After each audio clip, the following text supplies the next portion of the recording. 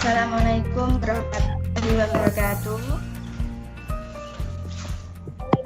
Waalaikumsalam warahmatullahi wabarakatuh. Selamat siang anak-anakku semuanya. Selamat siang. Sudah makan siang nggih? Siang, Bu. Sudah. Alhamdulillah. Sebelum kita mulai untuk layanannya,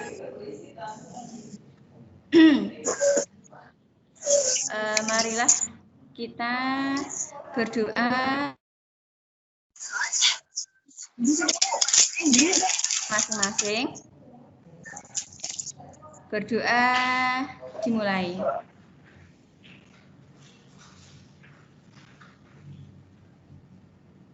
Selesai. Oke.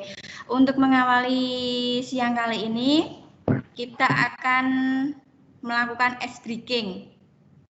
Ya. Agar untuk mencairkan suasananya. Oke.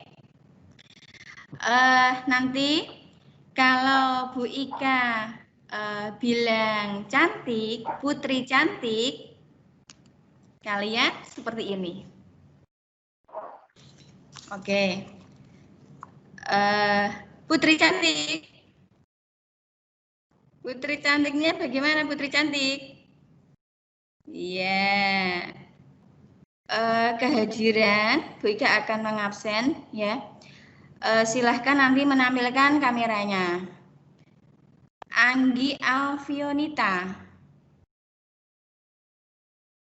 Mana Mbak Anggi? Hadir, Bu. Oke. Ya. Fadil Mahendra Nur. Hadir. Oke.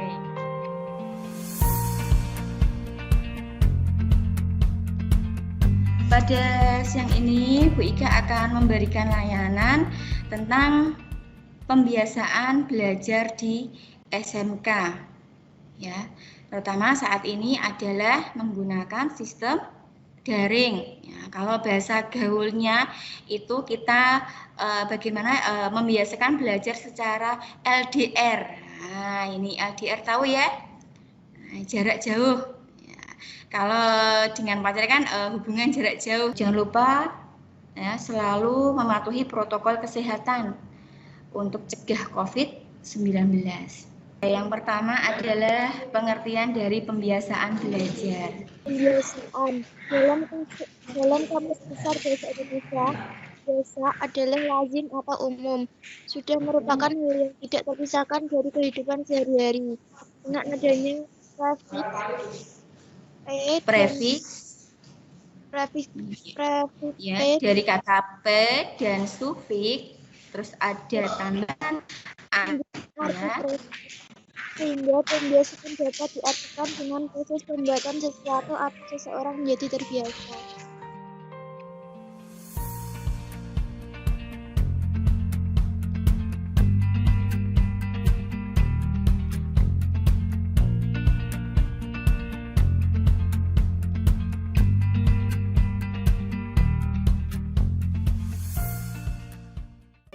Tips dan cara belajar efektif di rumah.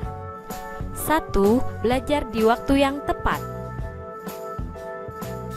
Belajar di rumah membuat waktu belajar jadi lebih fleksibel loh. Kalian bisa mengatur jam belajar sesuka hati. Namun yang perlu diperhatikan, pilihlah waktu belajar di mana kalian bisa lebih fokus untuk memahami materi. 2. Sediakan tempat yang nyaman untuk belajar. Banyak dari kita memilih belajar sambil rebahan di kasur. Rebahan di kasur memang nyaman, tetapi nyaman untuk beristirahat. Belajar sambil rebahan di kasur bisa membuat badan pegal dan konsentrasimu buyar. Kamu bisa malah tertidur saat belajar sambil rebahan. Pilihlah tempat duduk untuk belajar. 3. Atur area belajar yang nyaman. Belajar sambil rebahan memang menyenangkan, tapi yakin bisa memahami materi dengan rebahan. Sebaiknya kalian mengatur ruangan atau area belajar agar lebih nyaman saat belajar. Area yang nyaman akan membuat kalian lebih fokus untuk belajar. 4. Sediakan alat-alat yang digunakan untuk belajar. Alat-alat yang mendukung belajar bisa membuatmu mudah untuk belajar.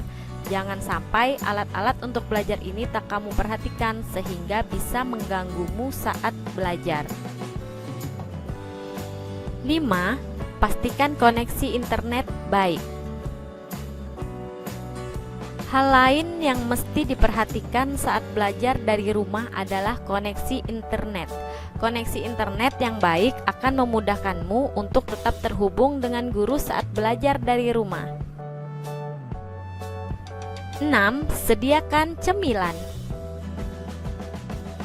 Kegiatan belajar tentunya akan membuat tenaga terkuras. Meskipun secara fisik tak banyak bergerak, tetapi belajar menguras tenaga karena berpikir. Supaya tetap semangat dan tak lelah saat belajar, sediakanlah cemilan secukupnya. 7. Jauhkan benda yang membuatmu kurang fokus. Belajar di rumah pasti tak akan luput dari gangguan-gangguan yang membuatmu kurang fokus. Gangguan itu bisa datang dari televisi, mainan, dan lain-lain. 8. Pastikan ruanganmu punya pencahayaan maksimal. Supaya mata dan kepalamu tak pusing, perhatikan pencahayaan di tempatmu belajar. Yang terakhir, 9. Cari tahu cara belajar yang sesuai. Cara belajar tiap orang itu berbeda-beda ya. Ada yang senang belajar sambil mendengarkan musik, ada yang butuh ketenangan, ada pula yang senang sambil ngemil. Nah, mencari tahu cara belajar yang sesuai dengan kamu ini bisa menghindari kamu dari kantuk atau rasa malas yang menyerang. Dengan bersantai dan rileks, belajar pun bisa jadi lebih efektif. Demikian materi pembelajaran, tips dan cara belajar efektif di rumah. Semoga kalian dapat mengetahui, memahami, dan menerapkan bagaimana agar bisa belajar efektif di rumah ya. Apa yang kita peroleh hari ini?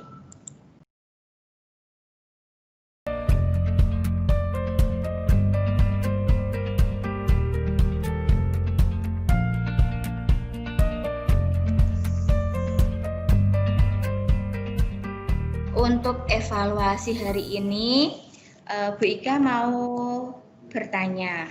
Tadi temanya apa? Pembelajaran jarak jauh. Iya, pembiasaan belajar jarak jauh. Ini untuk evaluasi. Menurut kalian, perlukah peserta didik membiasakan belajar efektif? Untuk evaluasinya, Bu Ika nanti akan kirim lewat link ya di Google Form yang mana kalian nanti mengisi.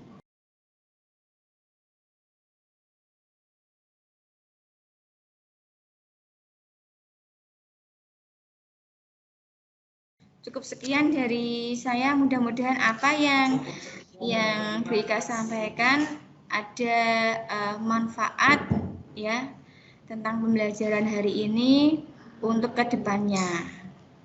Terima kasih atas waktunya. Cukup sekian dari Bu Ika. Wassalamualaikum warahmatullahi wabarakatuh.